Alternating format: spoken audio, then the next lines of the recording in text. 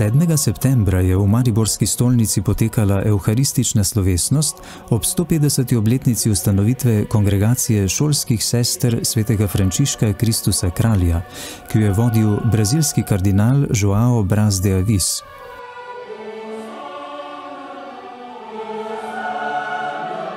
Ob tej priložnosti smo z visokim gostom iz Vatikana posneli pogovor, ki ga je vodil duhovnik Franček Bertolini. Pa prisluhnite. Kako vidite splošno situacijo redovnikov in redovnic v današnjem svetu, ki se nagloma spreminja? In znotraj te situacije položaj šolskih sester svetega Frančiška Kristusa Kralja.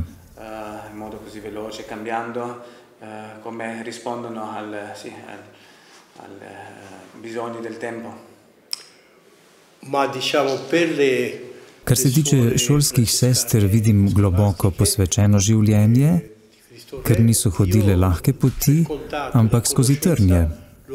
Preizkušnje, ki so rodile zrelost.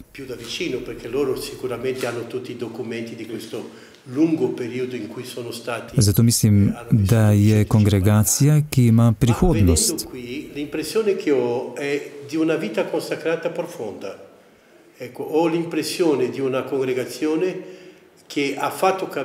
Vidim, da so bili trenutki, ko jim je cerkev pomagala in so zato zelo blizu cerkvi. E questa cosa li ha rinforzati. Oggi quando si sentiva la madre, Clara, e anche quando si parlava con il vescovo, si sente questa cosa dell'approvazione, ma dell'approvazione che ha dato maturità. Io penso che è una congregazione che avrà futuro, sicuramente, perché ha passato. E dopo ho visto che ci sono stati anche degli appoggi nei momenti più difficili, in cui loro, se non fossero aiutate, potevano essere spariti. Invece sono stati aiutati dalla Chiesa e oggi loro sono molto vicini anche a tutto l'ambiente della Chiesa. Riguardo, diciamo, alla vita consacrata oggi nel mondo, noi diciamo alcuni numeri così approssimativi, per esempio 800.000 Danes je na svetu okrog 800.000 posvečenih moških in žensk v približno 2000 redovih v vsej cerkvi. Znotraj teh so tudi svetne ustanove Red devic, eremiti. Gre za skupino posvečenih, kateri se med seboj zelo razlikujejo. Razlike so glede na celine. Evropa ima predvsem dve veliki težavi. Število zelo upada, v zadnjem času še posebej. Potem ni več duhovnih poklicev, morda tudi zaradi velikega upada rojstev v mnogih deželah in zaradi težave duhovnih poklicev, ker mnogi ne čutijo več te poklicanosti. Toda so celine, kjer je posvečeno življenje v razcvetu. Naprimer v Aziji je tako, v Koreji in v Vietnamu.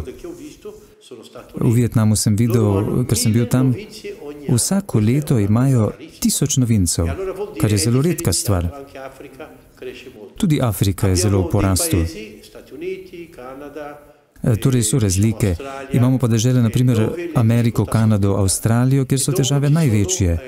Potem so nekatere dežele, naprimer v Latinski Ameriki, kjer so poklici, vendar so zelo upadli. Hvala.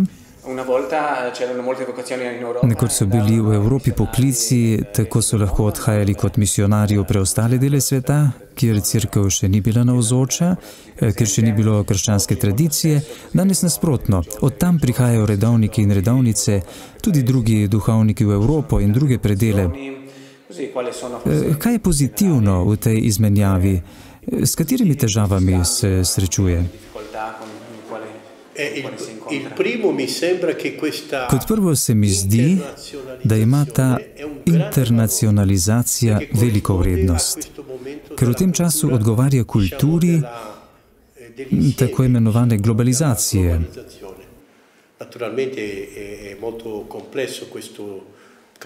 Seveda je razumevanje globalizacije kompleksna zadeva.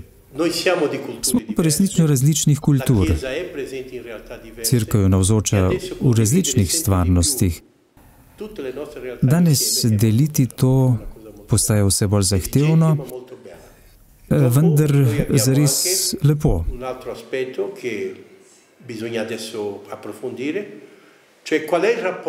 Je še drug vidik, ki ga moramo sedaj poglobiti. Kakšno vrednost odnosa naj imajo kulture med seboj?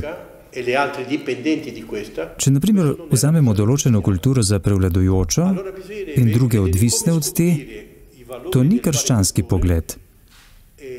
Potrebno je torej odkriti vrednote različnih kultur in narediti, da te različne kulture med nami v posvečenem življenju vedno bolj zbližajo z evangelijem, izpopolnijo kot kulture po sebi.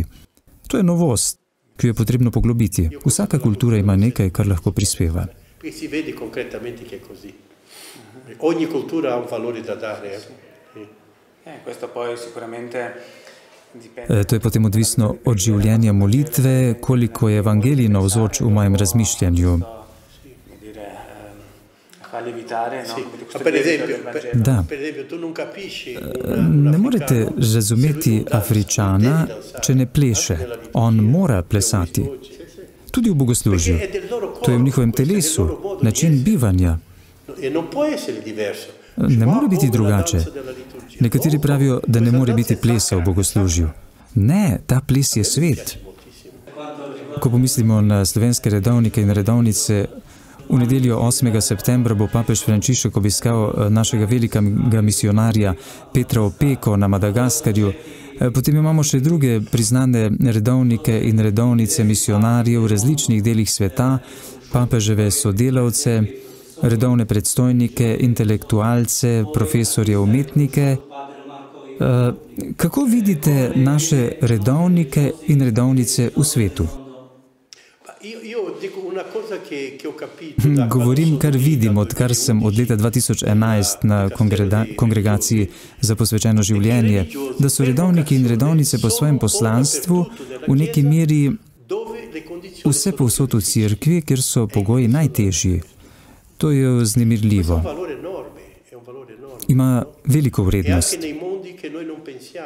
Tudi na področjih, o katerih ne razmišljamo, ekonomskem, političnem, umetnostnem, na to, kjer je veliko preganjanje, so velike težave z odnosi, glede življenjske varnosti in oni so tam. Gre za primere, ko se ne more niti videti, da so redovniki. So popolnoma zliti z ljudmi, toda navzoči.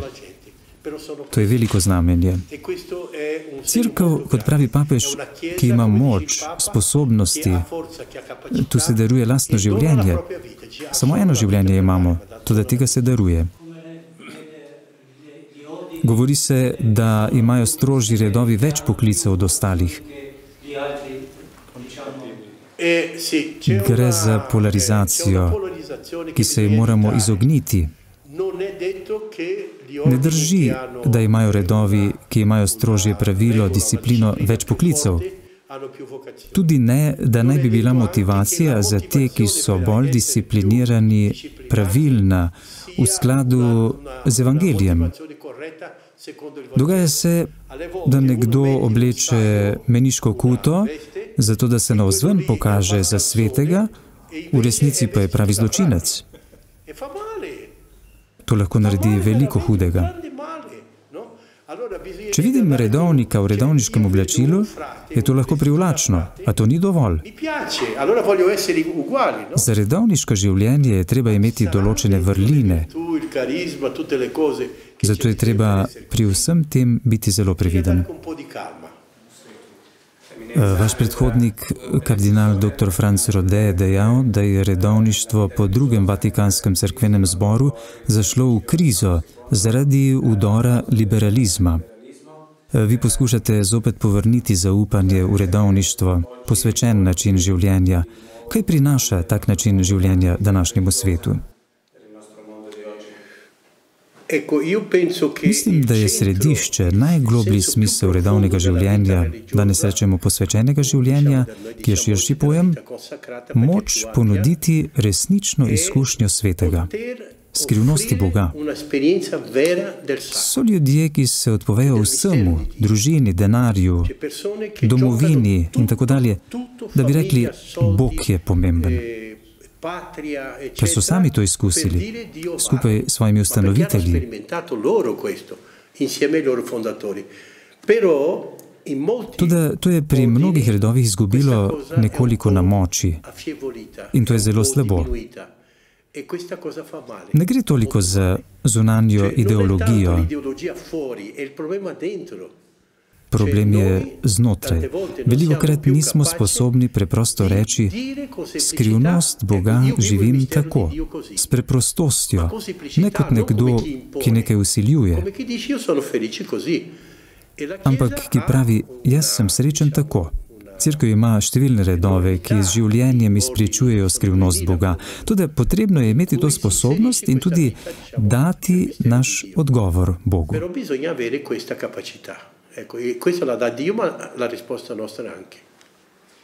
Vidimo, da so v zgodovini karizme ugašale, redovi so ugašali, pojavili so se novi, ki so odgovarjali na potrebe časa. Kako danes duh nagovarja cerkev in redovno življenje?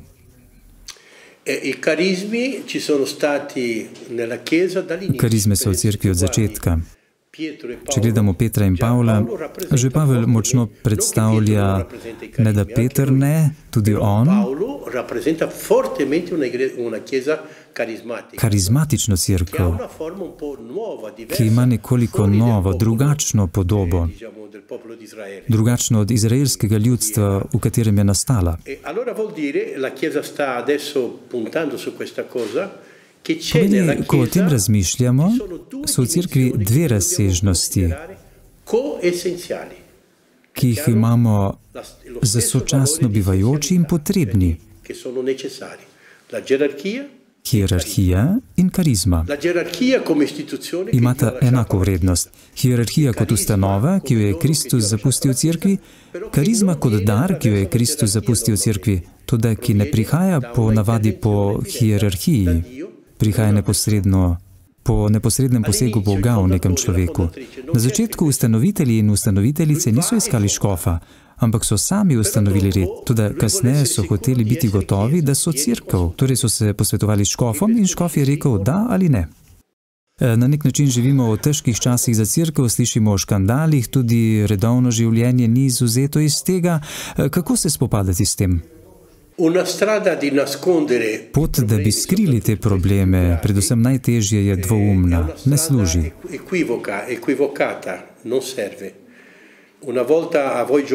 Enkrat je papež vam novinarjem odgovoril, vi morate govoriti o stvarih, ki niso dobre. Saj, če bi bil samo en primer v cerkvi, naprimer pedofilije, bi ga morali odpraviti. Rekel je, mi vemo, da se 95% pedofilije dogaja v družinah.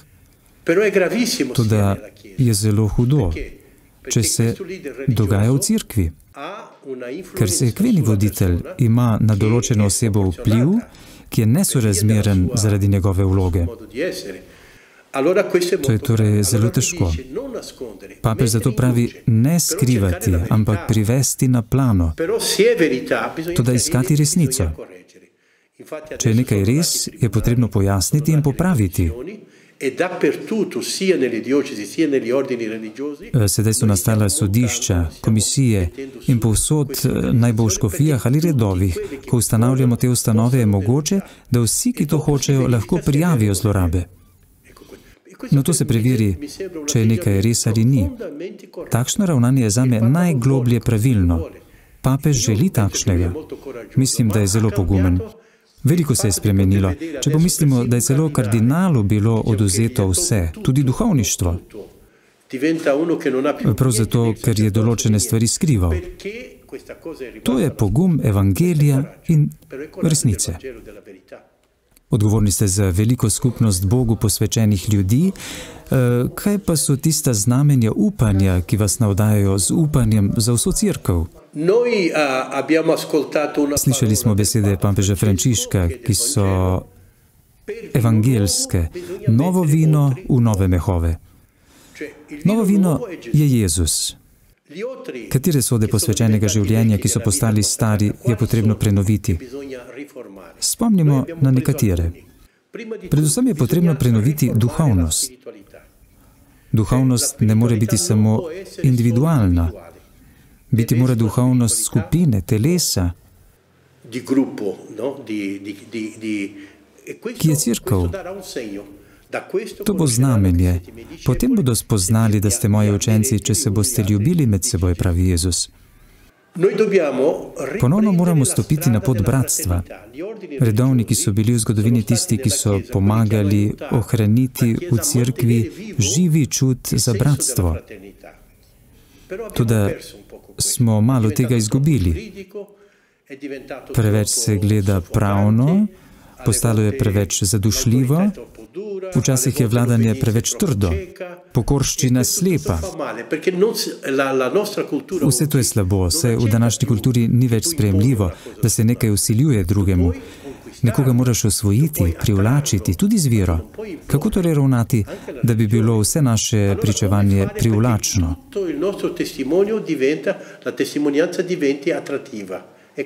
To je naš problem, ki ga želimo rešiti.